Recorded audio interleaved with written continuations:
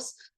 And then we're going to set the scene for you, let you know kind of why we've chosen today's topic, any legal considerations that you need to think about with redundancies, thinking about alternatives to redundancy. We're going to cover our best practice tips before moving into a short discussion time for you to just have a chat with one another in breakout rooms, and then a Q&A at the end of the session.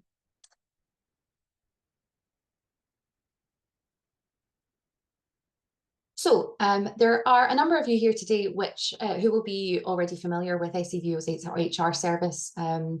Today's webinar is developed and facilitated by the HR service, and it's really nice to see some familiar faces, but there are many of you here who may not be so familiar. So we are an HR service via SCVO. We support employers across Scotland in the voluntary sector with all things HR, including absence, performance issues, policy reviews, and conflict resolution. If you have any questions about the HR service or you'd like to find out more, you can email us using the address on the screen. We're happy to kind of answer any of your questions. And we facilitate webinars every quarter on various topics. So we've already done quite a few webinars and they are available on our YouTube channel. So you can have a look there. We'll include that link in our follow-up email so that you can have a look at our past webinars. We'll also introduce ourselves. So my name is Lorna. I've worked with SCVO for 5 years since the inception of the HR service, and I'm really happy to be here today. I love that I get to support organisations every day, and no 2 days are the same in the HR service. There's always something different that comes up, and it's really great. I'll pass along to Amy and then to Caroline. Hi, so I'm Amy. I have been with SCVO for over a year now. Like Lorna, no 2 days are the same, so it always keeps us on our toes. I love supporting our subscribers and building relationships with everybody across the sector. So I'll pass you over to Caroline now. Hi everyone, I'm Caroline and I'm the head of HR for SCVO. So I'm part of the HR service and I also look after SCVO's internal HR. It's great to see so many people here today and I'm looking forward to doing this. Thank you. I'll pass back to Lorna. Thanks, Caroline. Okay, so we're going to set the scene. So for each of the webinars that we do, we like to just kind of give you a bit of context why we've chosen a certain topic. And it's go back a second, sorry. For this one, it's a sensitive topic, right? So it's one that no one really ever wants to talk about. It's something that we always want to avoid. We never want to go through redundancies. And that's really it's why we've chosen this topic. We want to tackle it head on to allow some time to discuss kind of what we need to cover, what needs to be considered. We get a lot of cases through in the HR service talking about redundancies, whether that's at the end of a fixed term contract or the non-renewal of funding. That means that you're going to have to consider reducing headcount. And we also get queries about hypothetical situations. What do we do if X happens? What do we need to be ready for? And that's all really great. It's great to get those questions to have that sort of preparedness, which is actually really vital in situations like redundancies. So those are the sort of common scenarios that we see in coming through in the HR service. There's also the emotional and practical impact that need to be considered. So I've been through redundancy on a number of occasions before joining SCVO, and maybe many of you also have been through this situation before too. So you'll understand the real significant impact that it can have emotionally and practically. I remember taking a lot of baths through my redundancy process because it helped keep my my nervous system regulated, and it kept me calm, and I was able just to sort of separate myself from the situation. So it does have an emotional impact. Some people have got that "it is what it is" attitude, and other people are really impacted by anxiety about it's a very distressing situation. The practical impact, thinking about, okay, where's my next paycheck coming from? How do I find another job? I've been in this role for 20 years, so how do I even go about thinking about my CV? there's all of these different things that come into someone's mind when they're affected by redundancy. And then the last part of our contextualizing today is the importance of early planning and communication. So this will form part of the webinar throughout today. So we're going to mention planning and communication throughout the next hour.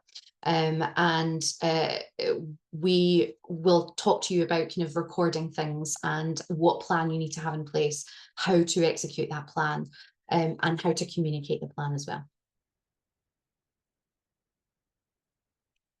Okay, so the first thing that we're going to talk about is legal responsibilities. So the first thing that I want to talk about is what is redundancy, actually defining it so that you have a good understanding of what it is and what it isn't. So these are your reasons as to why redundancy would occur in the first place. So the organisation is closing or relocating. There is no longer a need for certain roles or for types of work, or the employer needs fewer roles to do the work. So those are your sort of main three reasons, and that is your core principle that you're thinking about when considering whether or not you will need to make redundancies. A thing that I always mention on calls regarding redundancies, it is the job role, it is never the person. So if we're thinking about having to reduce headcount, we're always considering the job role and never the person that's holding it. I also want to cover what redundancy is not. So if you are thinking about making someone redundant because, do you know what, they're not the right person for the job, or they are difficult, or their performance isn't great, or something has happened where the relationship is broken down and you think, okay, well, let's actually just think, okay, how can I reorganize the organization so that there's not a place for them anymore? That is not a genuine redundancy. That is a situation where you would be looking at your performance management policy or your disciplinary policy and managing the employee or employees in the appropriate way, because the work is still there. The work still needs to be done. There's still a place for that work. So it's not a genuine redundancy. Fixed term contracts is something that comes up quite regularly and is slightly more complex in understanding whether or not that is a redundancy situation. But if, for example, you have an employee who has worked for you for 3 years, they have a fixed term contract which has been renewed, but 6 months before the end of that contract, the funding provider says, actually, we're not renewing that for you anymore. The work still needs to be done. But you don't have any other option to continue funding that, so you have to end the role via redundancy. So that's sort of like the only difference, is that the work is still there, but you have no other way of funding the role, so it is a redundancy. You no longer have any other options. So that is a sort of a bit of an anomaly, but fixed term contracts and funding is such a huge part of the voluntary sector that it is something that comes up time and time again. So yeah, if you have any questions or if you have scenarios that you need to discuss, please do that via email with us. We're happy to talk to you about it. And of course, if you have any kind of generic questions or anything today, please just stick your hand up. I'm more than happy to answer as we go through today's webinar or at the end of the Q&A.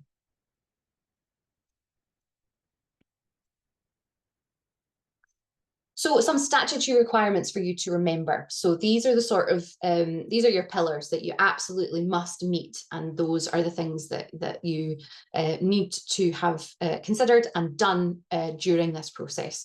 And then I'll hand over to Caroline, who will talk to you about some risks and thinking about alternatives to redundancy. So we just covered it needing to be a genuine redundancy. You also have to consult with affected staff, and we'll go into more detail as to what that means in a moment. Alternative employment must be explored. So again, we're going to go into more detail shortly.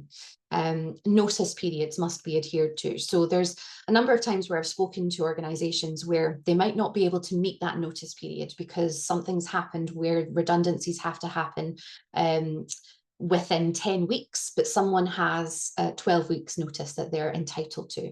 So there are some options there where you can offer payment in lieu of notice, and their payment will still be made. They'll get the notice period in terms of the monetary value, if not that full time. So there are some options there if you found yourself in that situation where there's less time than you actually need. Payment in lieu of notice can be made.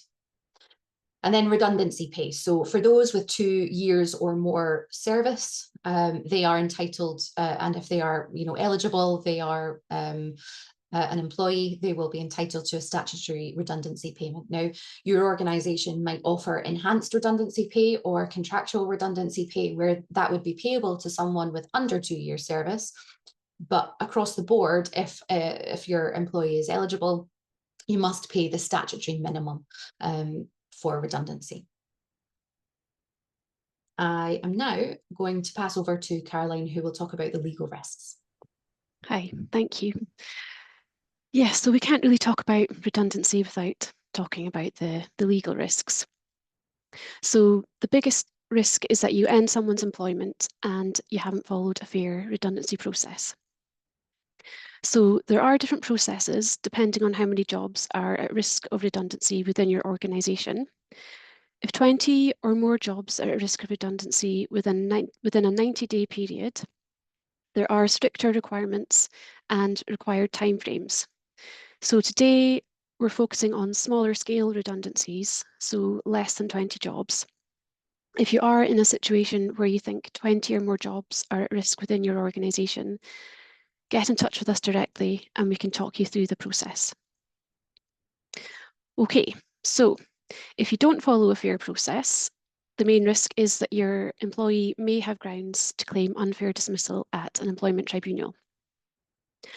Obviously, this is something that you want to avoid. Employment tribunals are costly, stressful for everyone involved, and damaging to your reputation. Unfair dismissal claims are also expensive. So if the employment tribunal agrees with your employee that they have been unfairly dismissed, this could result in you having to pay compensation.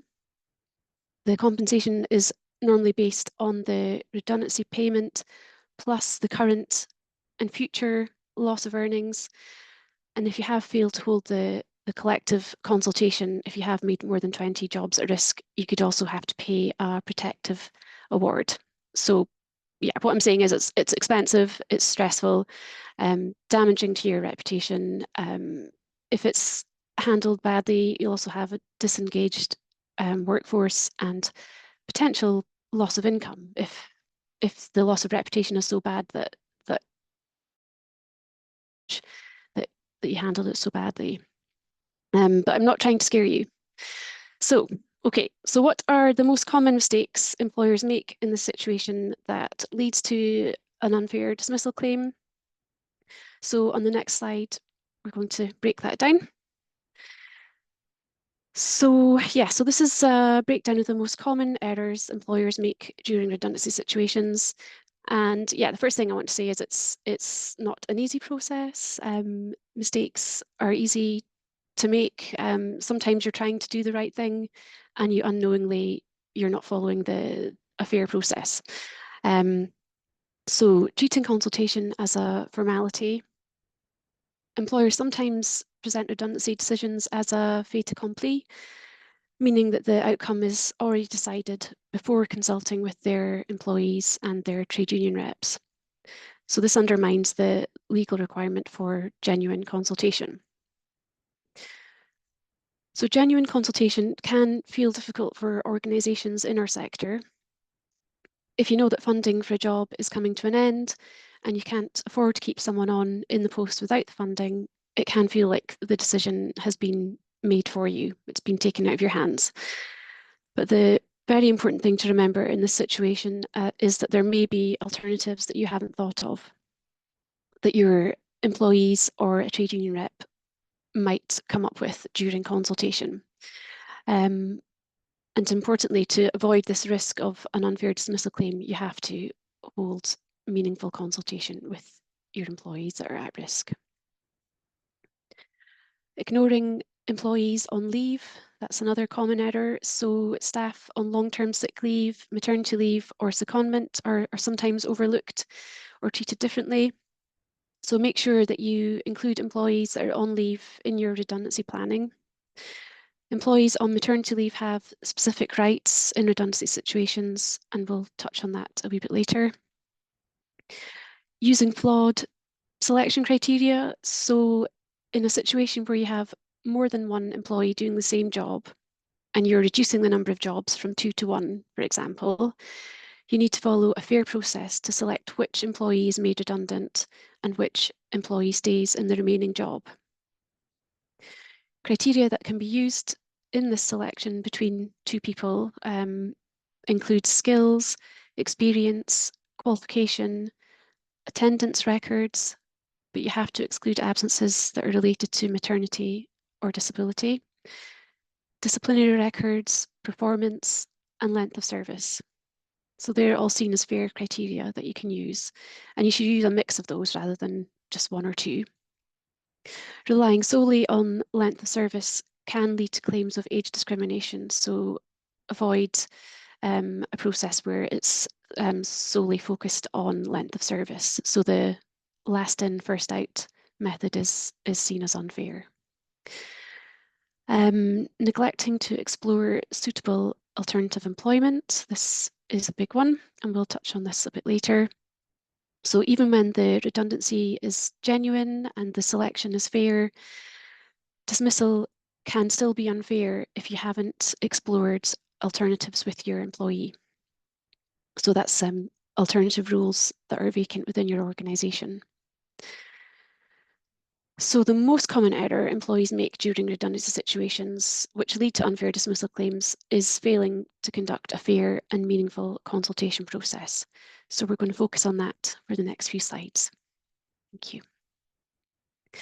So this slide focuses on the redundancy consultation process and assumes that the redundancies are genuine and needed. So the first step in the consultation process for less than 20 redundancies is to inform your employees. So you should inform your employees, even those that aren't at risk, as soon as possible. You should hold a meeting with all employees affected, where you explain the risk of redundancy and the reason why it may be necessary, how many redundancies you're considering, and what happens next, including how everyone will be consulted. So there's no easy way to do this. It's easy to say, but not easy to do. Inviting your team to a meeting to propose redundancies could be one of the most difficult things you have to do at work. And the best approach is to be open and transparent. Share as much information as you can and follow up the meeting with a written communication and encourage questions. The meeting could be held online if people are working remotely. It might be more supportive if you hold it in person. Following the all staff communication, the next thing you should do is invite employees that are directly at risk. Invite them to meet with you in a consultation meeting. In the invite, you should let them know the reason for the proposed redundancy, of their right to bring a trade union rep or colleague with them to the meeting, and what to expect during the meeting. Give them as much information as possible before the meeting so that they can have a proper discussion with you and so they can come prepared with suggestions and questions. Make yourself available for questions before, after, and during the meeting, and keep the conversations going between meetings. Okay, so next slide, we're going to look at what to discuss actually in the meetings. Okay, so during the consultation meeting, you should discuss the changes that are needed, what you need to do and why. So this in our sector, this will normally be, well, a common scenario is that funding has come to an end and you can no longer afford to fund the role. Ways to avoid or make fewer redundancies. The criteria you're going to use for selecting employees for redundancy. You should definitely cover any concerns that employees may have and really focus on the support that you can provide as well. So time off, reasonable time off to apply for other jobs, to update CVs and to take part in learning and development. So the conversation should be two-way with you listening to, considering, and responding to ideas and suggestions. There's no set requirement on the timescale for individual consultation when it's less than 20 jobs at risk, but it must be a reasonable amount of time. So I would suggest that you allow at least 30 days for the consultation process to give everyone a fair chance to understand what's happening, to think of questions, and to think of possible alternatives. Okay, so that's what we're going to talk about next, alternatives to redundancy. Okay, so in a redundancy situation, you must identify any available jobs in your organisation and talk to the affected employees to see if they agree it's a suitable role for them. So a suitable role would normally offer the same salary or more, similar duties and status, and require a similar skill set.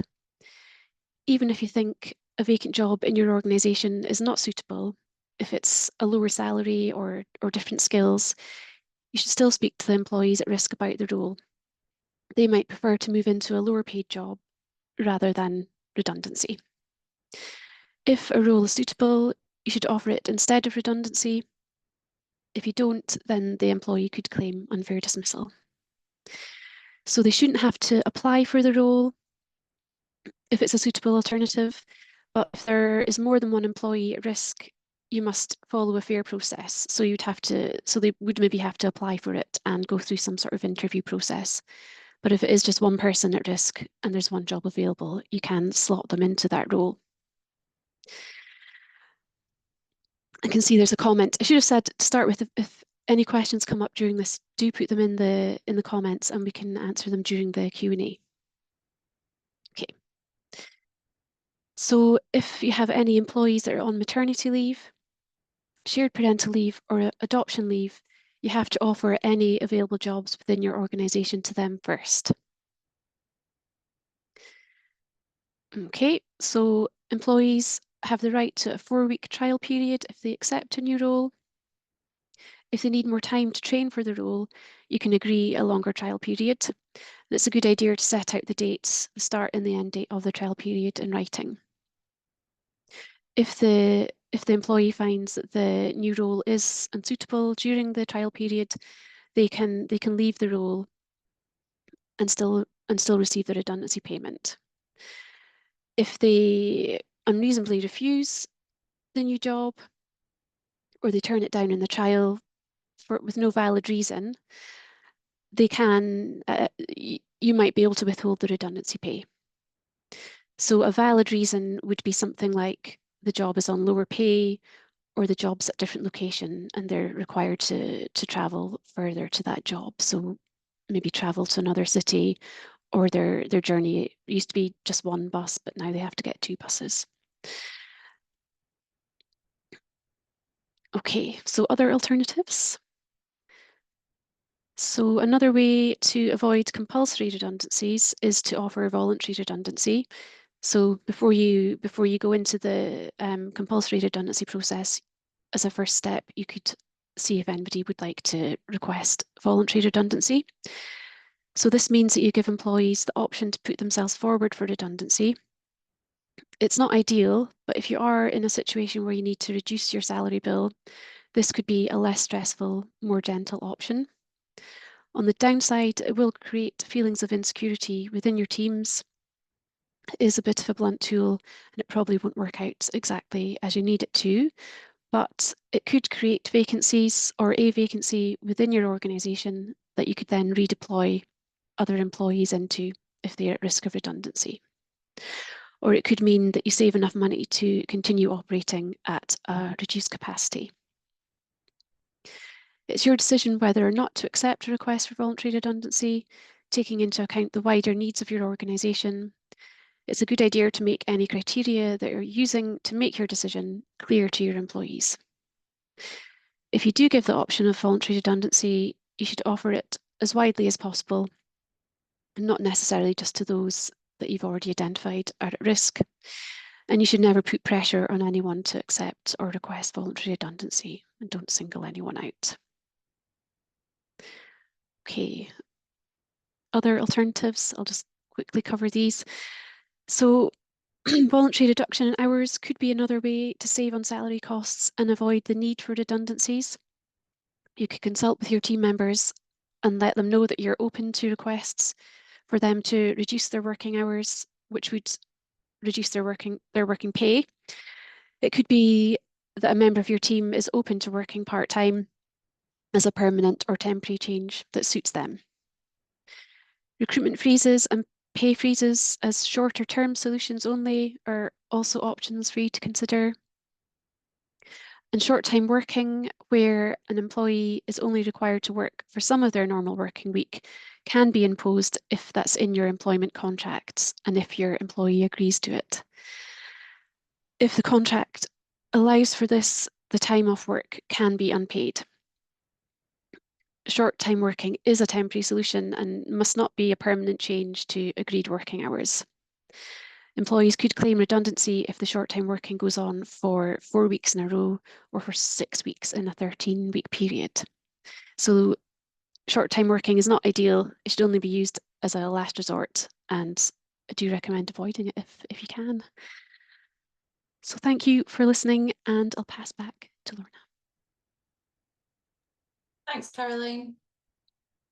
Let me just change the slide. Okay, so thank you for your questions. I can see them in the chat. We're gonna cover those.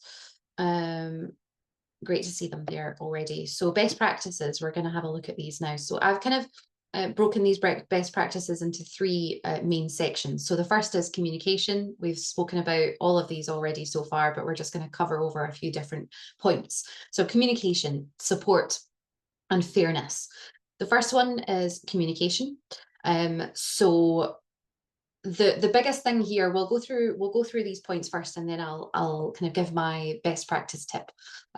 So being timely and honest. And don't delay difficult conversations. So once you have a plan in place, once you know that this is a situation that you follow a process, you know what's happening, I always sort of say, well, work back from the end point. So if you know that something has to take place at a certain time, work back from that point.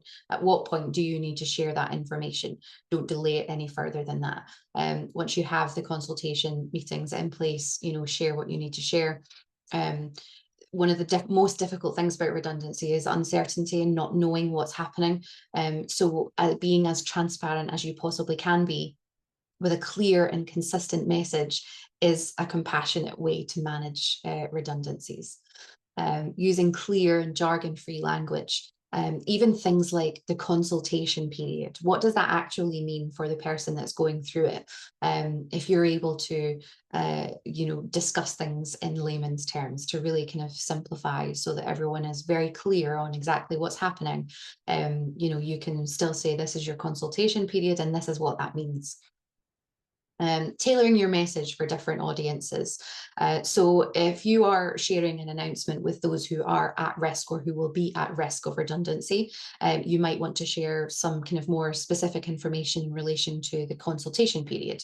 But if you are then relaying the same message for those who are not at risk, you might want to change that message a little bit so that you're still sharing a clear message, but you don't have to include things like the consultation period will go on for this long. You change the message to still be consistent, but to include only the information that audience needs to know. And then not over-promising or speculating. So this brings me on to my top tip for communication, which is to have a script. Whenever I talk to people in the service on redundancies and they've never been through the scenario before, my tip is to always have a script ready for kind of the consultation or the announcement, so that you can stick to the language that you're required to share. So when we say not over-promising or speculating, you might find yourself in that situation where you really want to say, I think everything will be fine, or, I think you will be fine. You want to be able to say that to make people feel more secure and feel more comfortable in a situation, but we can't promise that. We can't guarantee that that's going to happen. So by having a script ready, which is totally fine to read from, you are sharing only the information that you're required to. You're not over-promising. You're not speculating as to the outcome of any situations. You're sticking to what you have to share. So yeah, I think you know, those are sort of, you know, really important ones to remember in communication. Support is the next one. So we've talked a little bit about support so far, but here's a little bit more. So we mentioned CV workshops and job searches. At this point, I want to mention PACE. So you might have heard of PACE already. They're run by Skills Development Scotland. It's a great programme for employees who are at risk of redundancy, and employees can access that through employers. I'm going to ask Amy at this point to share the link for PACE. So if you haven't, there it is now. So if you haven't used or heard of PACE yet, have a look at their website to see what services are available. So, you know, we're doing this webinar today to provide the employer with support with managing redundancies, but who's supporting the employee? If you don't have an employee assistance programme or some kind of platform where they can gain support when going through redundancies, PACE is a really good option. So always have that in your back pocket as a free option for employees to get support. And that includes things like financial advice, careers advice. They can talk about job searches. There are webinars and programs and workshops all related to finding alternative employment. There's also, I mentioned, employee assistance programs. So if you have one or if you're looking for one, they can be really great in these scenarios as well, providing financial advice, helping with things like CV workshops, and various other things that PACE also supply. Counselling might be something that you are able to offer as well. You know, if you have access to that, those who are at risk of redundancy, either through the employee assistance programme. It would be great to have an emotional assistance programme, actually. They can also offer counselling. So they might have access to 3, 4, 5, 6 sessions, and it's a really great thing to be able to access during such a difficult period. Respect and dignity through private conversations. So it goes without saying that, you know, redundancy is a very sensitive time. And so being able to provide that, you know, basic level of respect and dignity to those who are involved, by making sure that the conversations that you're having are private. They are, you know, kept completely separate from what else is going on, all of the operations side of the organization. The redundancy is dealt with sensitively and privately.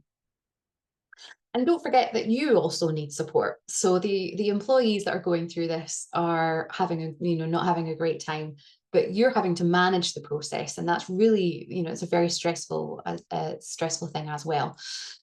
So make sure that if you are the person managing these processes, or, you know, someone else in your organization, make sure that they've had some kind of training in being able to approach those difficult conversations and relaying those difficult messages. Make sure that there's space for you or for that manager to debrief and reflect. If there's no one else in the organization that they can turn to, we're there for that. If you're subscribed to the service and you're going through redundancies, you're the only person that's managing it, and there's no one else that you can go to say, this is really stressful. We're there to chat to you about it, and we're more than happy to do that. We understand what these situations are like, and we understand that, you know, it's something that you don't feel like you should be able to have a chat with someone about, that you're finding it difficult, but we understand that you will be. So we're more than happy to talk to you. And then finally, fairness. We've already covered quite a bit about fairness and being able to use objective criteria for selection, for example, but it's worth repeating. So yeah, using objective criteria for selection, documenting all decisions and rationale. I can't drive home strong enough how important it is to have a documentation of everything, how you've come to your decisions, why you've chosen certain roles, you know, the criteria that you've used for selection. How did you come to that criteria? Why did you choose that? Involving employee reps and trade unions where appropriate. So that's more likely to be if there are 20 plus redundancies happening in one go, to have employee reps, for example, although you can have employee reps with less, and involving the trade union where appropriate as well. So again, if you have an organisation where you are recognising a trade union, letting them know that this is happening, so that they are aware. And then finally offering an appeals process or feedback channels. So statutory rights include being able to appeal the decision to make someone redundant. But also if you want to, let's say it's been a bit of a larger scale redundancy where, maybe 6, 10, 12 roles have been placed at risk. Those who are involved in the process, maybe they remain in the organisation once it's been concluded or they're leaving. To be able to provide feedback on the process, how they felt the process went. Obviously, that's a sensitive thing to ask. Tell us how we did in this situation. It feels a bit icky, but it can be really good to have that information in a retrospective on the process to make sure, okay, how did we manage this situation? How did we approach that? Did we communicate effectively? How did the other people feel in these scenarios? And what can we change in the future that would make the process even better?